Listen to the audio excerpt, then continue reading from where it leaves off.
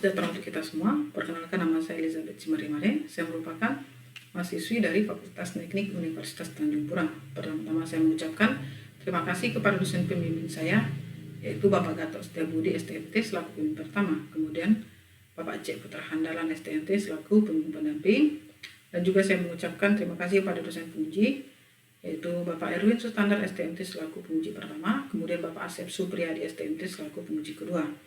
Pada kesempatan kali ini saya akan membahas hasil dari penelitian skripsi saya yang berjudul Pengaruh Penggunaan Jenis Pasir Terhadap Sifat Fisis dan Mekanis Beton Reaktif Powder Concrete atau RPC.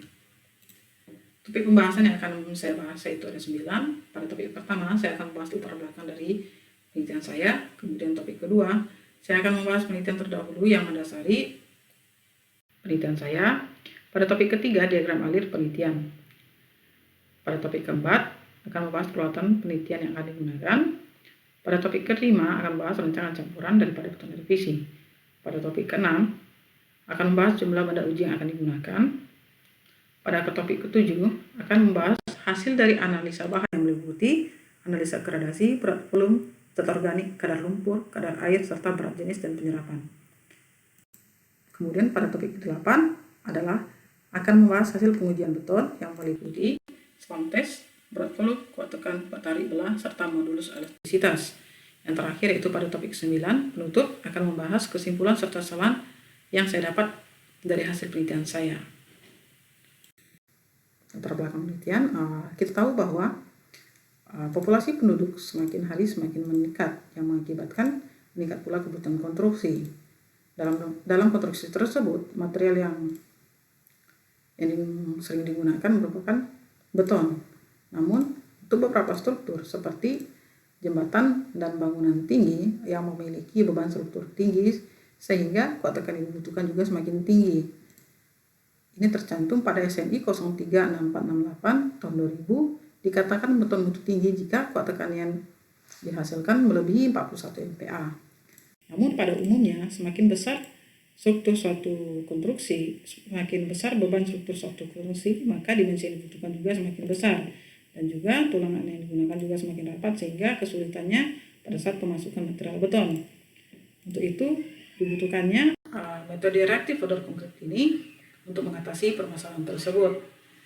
Reaktif powder concrete atau RPC ini diperkenalkan pada tahun 1990 di Prancis. Kemudian pada tahun 1994 oleh Richard dan Seji melakukan penelitian terhadap beton RPC mencapai kuat tekan 200 dan 800 MPa.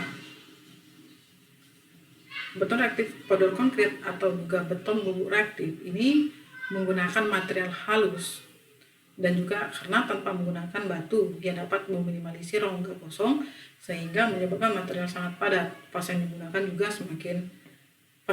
juga rendah.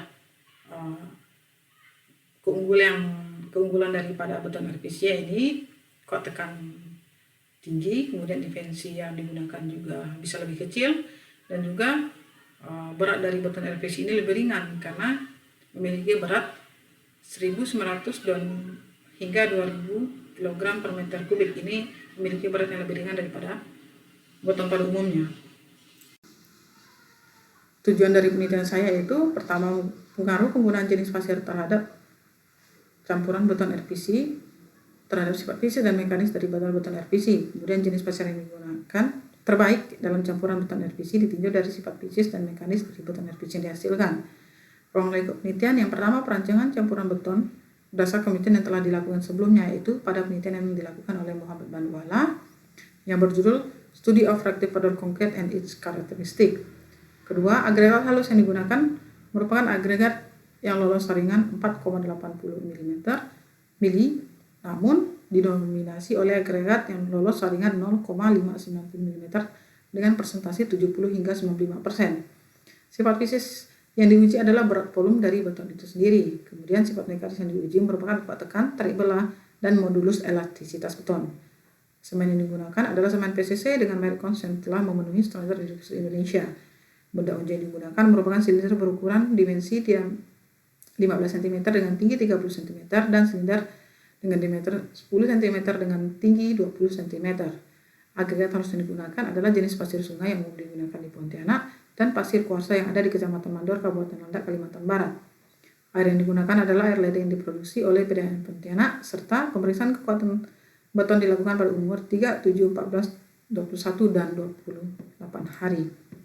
Penelitian yang terdahulu yang saya gunakan pertama itu Richard Marcel Seji dengan judul Experimental Study of Durability of Reactive Powder Concrete pada tahun 1994. Penelitian ini melakukan dua penelitian, yaitu RPC 200 yang mana mencapai kuat tekan hingga 200 MPa dan juga RPC 800 yang mencapai kuat tekan hingga 800 MPa. Penelitian kedua yaitu penelitian dari Muhammad Bandiwala yang berjudul Study of Reactive Powder Concrete and its Characteristics pada tahun 2016. Penelitian ini membahas 3 rancangan, yaitu Plain Reactive Powder Concrete, kemudian original atau rancangan asli dari RPC tersebut, kemudian modifikasi dari RPC. Untuk kuat tekan yang dihasilkan masing-masing untuk perawatan curing normal itu menghasilkan 57 MPa, 52 serta 50 MPa. Namun untuk dengan perawatan curing beton selama 48 jam dengan suhu 90 derajat Celcius masing-masing menghasilkan 78, 63 dan 67 MPa. Untuk diagram alir penelitian yaitu pertama studi literatur, kemudian observasi lapangan, persiapan material, kemudian yaitu agregat halus, pasir kuarsa, pasir sungai, semen, super plasticizer SP, silika frium, dan air. Untuk agregat halus tersebut diuji kandungan lumpur, kadar air, berat volume, berat jenis dan absorpsi, serta kadar organik. Kemudian dilakukan analisa gradasi, selanjutnya dilakukan mix design, kemudian pencetakan pada uji silinder yaitu 15 x 30 cm dan silinder 10 x 20 cm. Kemudian perawatan pada uji, pengujian beton, serta hasil dan analisa beton, maka hasil kesimpulan yang dapat. Untuk rancangan campuran beton ini ada 3, yaitu rancangan asli dari RPC, kemudian rancangan modifikasi menggunakan pasir sungai. Pasir sungai itu 100% dari pasir sungai. Kemudian rancangan modifikasi menggunakan pasir sungai dan pasir kuarsa dan pasir sungai. Untuk pasir sungai dan pasir kuarsa ini masing-masing penggunaannya itu 50%. Untuk peralatan penelitian yang digunakan merupakan gelas ukur, organic plate, wadah, mesin shaker untuk gradasi, oven material, kerucutan pancung, pignometer, timbangan digital, cetakan silinder, wadah baja, sekop, gerobak, sendok semen dan pemadat, alat uji SLAM, mesin mixer beton atau pengaduk beton, mesin CTM yaitu alat uji kuat tekan beton, kemudian pelat pembebanan dan spesimen uji yang akan digunakan pada kuat tarik belah, kemudian alat compression strength machine yaitu untuk pengujian modulus elastisitas beton. Jumlah benda uji yang digunakan yaitu masing-masing sampel menggunakan 5 sampel pada umur 3, 7, 14, 21, dan 28 hari yang berjumlah 75 sampel. Kemudian untuk pengujian tarik belah ini menggunakan masing-masing 3 sampel pada hari ke-28 yang berjumlah 9 sampel. Kemudian pada pengujian modulus elastisitas masing-masing menggunakan 3 sampel pada hari ke-28 yaitu berjumlah 9 sampel.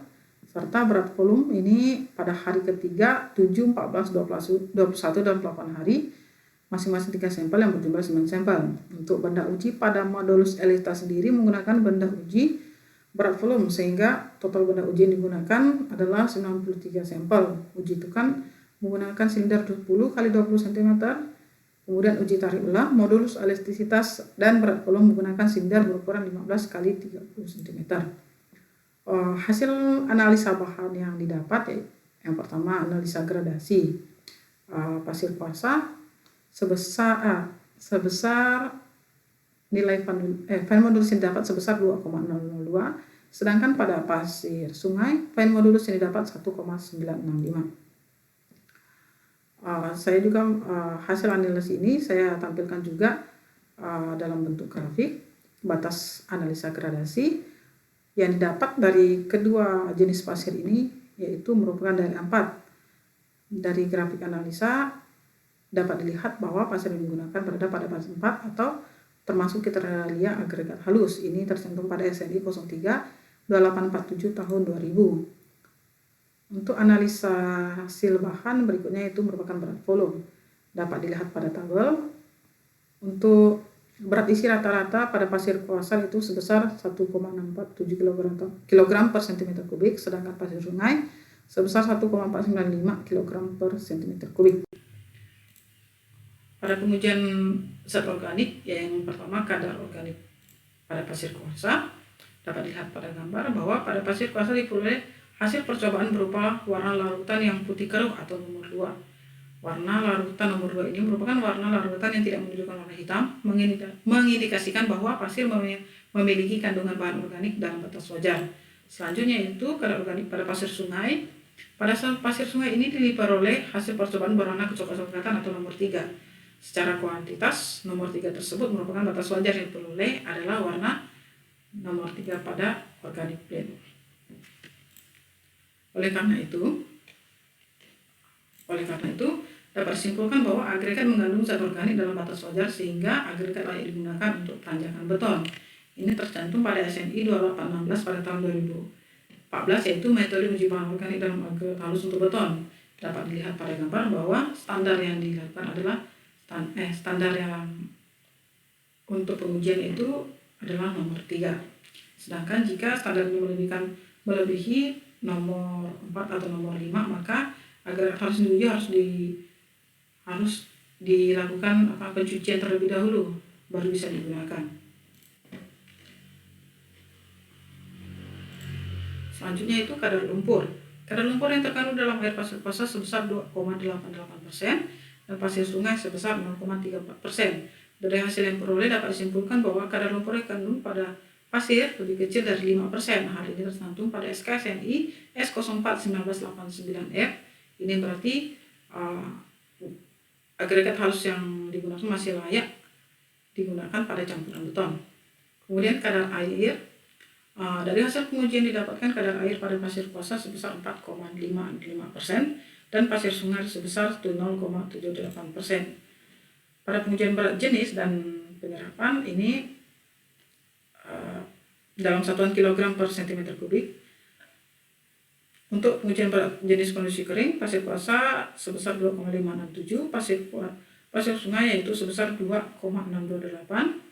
Untuk berat jenis kondisi SSD atau kering jenuh permukaan, pada pasir kuarsa sebesar 2,575, sedangkan pasir sungai pada sebesar 2,637. Untuk absorpsi air atau penyerapan, pasir kuarsa sendiri sebesar 0,301%, untuk pasir sungai sebesar 0,361%. Untuk pengujian selantes, pasir kuarsa ini setinggi 5 cm, kemudian pasir sungai 5,5 cm, sedangkan pasir campur yaitu 6 cm.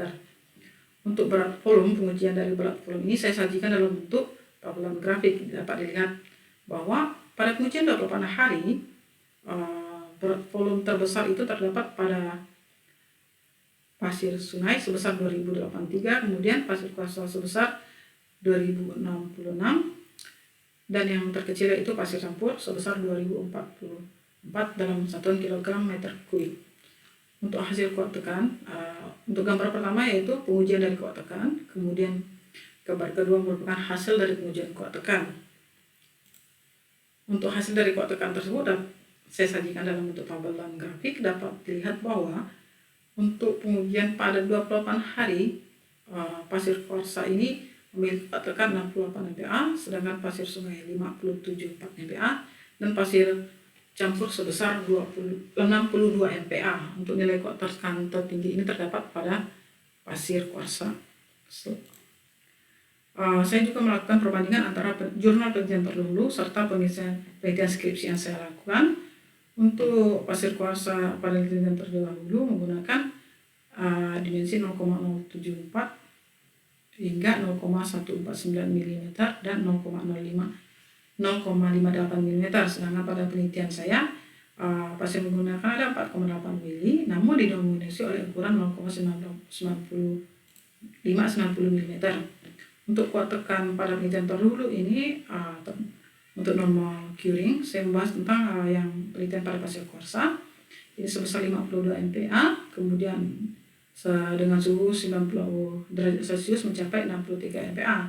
Namun pada penelitian saya pada pasir kuarsa sendiri mencapai 68 MPa, sehingga dari perbandingan tersebut nilai dari penelitian saya memiliki kuat tekan yang lebih tinggi. Selanjutnya kuat tarik belah. Yang pertama adalah pengujian dari kuat tarik belah, kemudian gambar sebelah kanan merupakan hasil uji dari kuat tarik belah.